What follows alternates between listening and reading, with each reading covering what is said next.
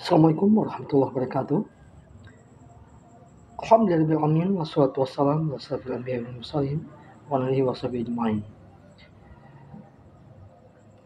Para pendengar dan beriman, Ali bin Abi Thalib pernah berkata, dirimu yang sebenarnya adalah apa yang kamu lakukan saat orang lain tidak melihatmu. Para pendengar, terkadang manusia terlalu bermain peran menjadi orang selain dirinya. Saat dirinya berbeda di khalayak ramai, seringkali kita lupa dengan diri kita sendiri dan terlalu mengikuti arus kehidupan. Akibatnya, kita kehilangan jati diri yang sesungguhnya. Lantas, siapa kita yang sebenarnya? Dari manakah kita berasal? Apa tujuan hidup kita? Pertanyaan-pertanyaan semacam ini kadang muncul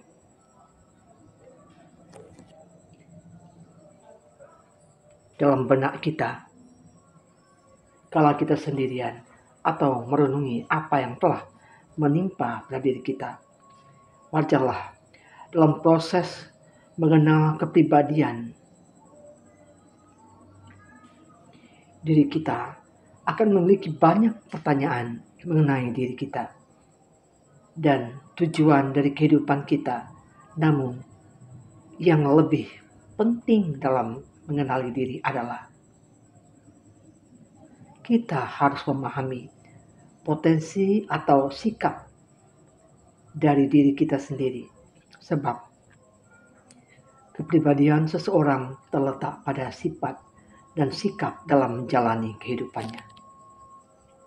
Tidak jarang kita mampu mengenali seseorang dengan cukup dalam dan cukup baik, tetapi kita sendiri tidak cukup mengenali diri kita sendiri. Mengenali diri sendiri artinya menerima keadaan apapun yang kita alami dan ikhlas menjalani kehidupan. Kita sering dihadapkan pada pilihan yang sangat sulit dan keadaan yang rumit.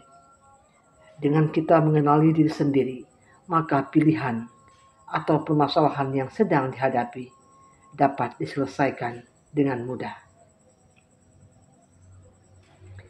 Para pendengar, ada banyak cara untuk mengenali diri sendiri. Masing-masing kita memiliki cara yang berbeda, namun pada intinya mengenali diri sendiri artinya mengenali kekurangan dan kelebihan diri. Beberapa cara dalam mengenali diri sendiri. Pertama, merenungi tujuan hidup. Pada dasarnya manusia memiliki tujuan hidup. Hal ini mendorong manusia untuk mengikuti keinginan diri. Namun, tidak sedikit pun orang yang belum mengerti arti dan tujuan hidupnya. Sehingga mereka terombang-ambing dan hanya menjadi budak kekejaman zaman atau budak duniawi. Mungkin kita sering berpikir sebelum tidur, sebenarnya apa yang akan kita kejar di dunia ini? Apa yang sebenarnya yang kita cari dalam kehidupan ini? Kekayaan, jabatan, untuk apa? Pertanyaan ini kerap menghantui pikiran kita. Tetapi jawabannya seolah misteri yang tidak pernah terpecahkan.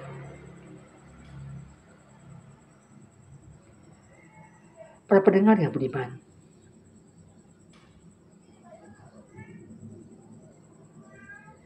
prinsip dasar kita diciptakan di dunia ini adalah untuk beribadah, untuk mengabdi kepada Allah Azza wa Jalla, Tuhan yang Maha Kuasa. Namun prinsip itu sering terlupakan karena manusia terlena akan gemerlap dunia. Sepertinya halnya laron yang senang melihat cahaya lampu. Ia mendekatinya, namun badannya hangus terbakar. Yang terpikirkan hanyalah mencari kekayaan. Itu yang banyak kita lakukan. dan semua yang bersifat kesenangan duniawi. Keinginan tersebar, keinginan terbesar kita adalah kebahagiaan. Para pendengar, namun kekayaan jabatan, keduniawian, dan segala kesenangan sesaat belum tentu menjamin kebahagiaan seseorang. Seiring berjalannya waktu, manusia mengetahui tujuan dan arti kehidupan ini. Penyebabnya adalah peristiwa atau pengalaman yang pernah diterimanya. Bila manusia menyadari makna kehidupan dan mengetahui tujuan dari kehidupannya, maka dia akan menjadi manusia sejati. Artinya, manusia yang mengenal dirinya sendiri tanpa mengikuti arus zaman atau mengikuti orang lain. Kemudian yang kedua adalah apa yang telah kita berikan untuk orang lain. Tanpa disadari, kita telah memberi banyak kepada orang-orang dan lingkungan sekitar kita. Entah itu kebaikan atau bahkan keburukan yang dilakukan dengan sadar ataupun tanpa sadar. Imbasnya, kita menerima apa yang telah kita perbuat. Jika kita menanam kebaikan, maka yang tumbuh adalah kebaikan. Dan jika kita menanam keburukan, maka yang tumbuh adalah keburukan. Pada dasarnya, prinsip kehidupan adalah hukum sebab akibat. Kemudian yang ketiga, bersikaplah jujur kepada diri sendiri. Mengenali diri sendiri berarti menerima berbagai aspek yang membentuk identitas kita, sikap, dan kepribadian, serta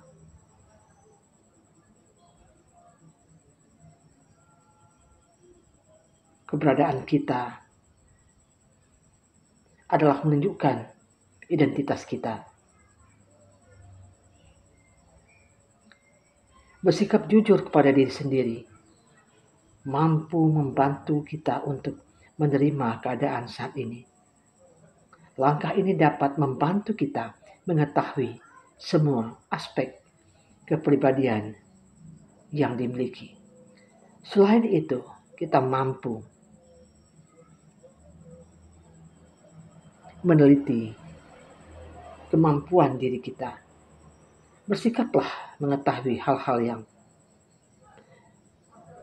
bersiaplah kita untuk mengetahui hal-hal yang tentang menyangkut diri kita sendiri. Pada intinya, mengenali diri sendiri artinya mengenali kekurangan dan kelebihan diri.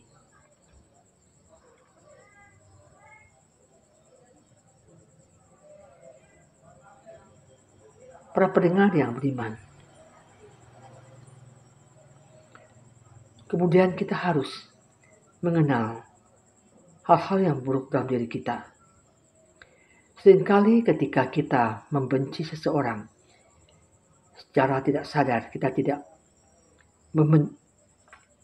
mempedulikan kesalahan atau kekurangan yang ada pada diri kita. Alhasil, saat terjadi pertengkaran, kita hanya fokus pada kesalahan orang lain tanpa memandang kesalahan diri kita sendiri. Kita memandang seolah-olah yang di depan kita tak pernah melakukan hal baik. Begitulah sifat manusia. Sebagai contoh, kehidupan dalam rumah tangga tentu tidak selalu berjalan lancar seperti yang diharapkan banyak orang. Bahkan masalah sepele dapat berujung fatal. Misalnya, istri atau suami kita bermaksud untuk meminta diantar belanja atau menemani dalam undangan pesta, tetapi karena salah satu mereka lelah dengan kesibukannya dan menolak permintaan tersebut, yang terjadi ialah pertengkaran. Seperti yang tercatat di atas, kita hanya fokus pada kesalahan pasangan kita. Mengapa dia tidak mau hanya sekedar mengantar belanja atau menemani menghadiri undangan pesta? Mengapa dia berubah setelah menikah, tidak seperti dulu semasa berkenalan atau PDKT? Pertanyaan-pertanyaan terus timbul di benak kita dan terus terlontar.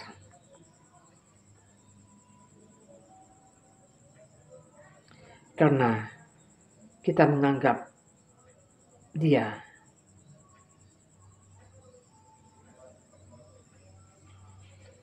dan mempertanyakan mengapa dia, ada apa dengan dia, dan dia. Kita sampai lupa dengan pertanyaan, ada apa denganku? Kenapa aku begini? Ada kesalahan, ada kesalahpahaman dan komunikasi yang terputuskah? Akibatnya timbul pertengkaran hebat yang diselimuti keegoan masing-masing. Para pendengar, jika saja kita menyadari bahwa pasangan lelah sehabis bekerja atau terbebani oleh pikiran lain, maka kita akan terhindar dari pertengkaran yang berujung fatal. Introspeksi dan tidak menyalahkan orang lain dapat menyelamatkan kita dari permasalahan rumit.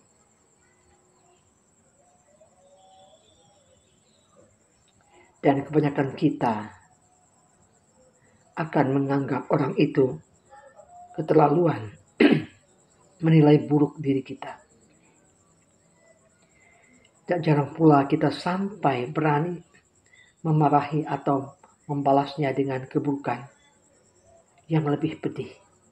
Kritikan menjadi ucapan atau perkataan yang menyakitkan bagi telinga kita. Mengapa bisa terjadi demikian? Karena manusia adalah makhluk yang mudah terlena akan pujian, tetapi tidak akan kuat ketika mendengar kritikan. Sempurna menjadi patokan utama. Itulah sifat manusia. Kita tidak ingin terlihat cacat atau buruk di mata orang lain. Kita pasti akan menunjukkan keunggulan kita. Ini sangat wajar terjadi. Namun, perlu kita sadari, kesalahan bukan sepenuhnya dari orang lain. Terkadang kita juga melakukan kesalahan, tetapi kita tidak menyadarinya. Mengunggulkan diri itu memang perlu, tetapi sesuai dengan komposisi dan posisinya. Kita ingin menarik hati lawan jenis atau menarik kepercayaan klien dalam berbisnis. Tentu kita akan memberikan apa yang menjadi keunggulan kita. Namun, kita juga harus ingat bahwa sebagai manusia, kita tentu dapat membuat kesalahan. Jadi, jika ada kritikan dari orang lain, baik kritikan halus disertai solusi maupun kritikan pedas atau nyinyir, kita harus tetap mempertimbangkannya. Sebuah kritikan menunjukkan kepada kita akan sesuatu yang kurang tepat dalam cara kita hidup atau bersikap. Kritikan tercipta bukan untuk melemahkan kepribadian seseorang, melainkan untuk memperbaiki kesalahan dan meningkatkan kepribadian untuk menjadi baik. Seseorang yang berkepribadian baik tidak akan menganggap kritikan sebagai celaan atau hinaan, tetapi ia akan menjadikannya sebagai batu loncatan dalam memperbaiki kualitas dirinya. Sebagai manusia, tentu kita dapat membedakan kritikan dengan hinaan. Tidak salah bila kita terus introspeksi diri terhadap apa yang telah kita perbuat. Seseorang dengan keburukan selamanya tidak akan berkembang, tetapi seseorang dengan kebaikannya akan disegani dan dihargai oleh sesamanya. Memang ada kalanya kita bersikap masa bodoh terhadap omongan orang lain, tetapi ingatlah, kesalahan sekecil apapun yang kita lakukan tetap bernilai besar di mata orang lain. Selalu bersikap baik dan terus memperbaiki diri menjadi pilihan utama untuk mengembangkan kepribadian kita. Berani menjadi pribadi yang lebih baik artinya kita juga harus berani mengakui kesalahan yang diperbuat.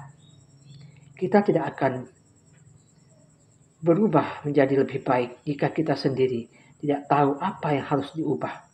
Oleh karena itu, masukan-masukan, kritikan, dan saran dari orang lain sangat diperlukan dalam kehidupan kita. Sebagai proses memperbaiki diri, sesuai yang dibahas, kita tidak pernah sadar besar atau kecil kesalahan yang telah kita perbuat terhadap orang lain. Sebagaimana perkataan Socrates, manusia harus mengenali dirinya sendiri dan kepribadiannya. Orang yang hebat bukanlah orang yang memiliki kekuatan atau kekuasaan sehingga ditakuti oleh orang banyak. Orang yang hebat adalah ia yang tahu dan berani mengakui kesalahannya pada dirinya sendiri.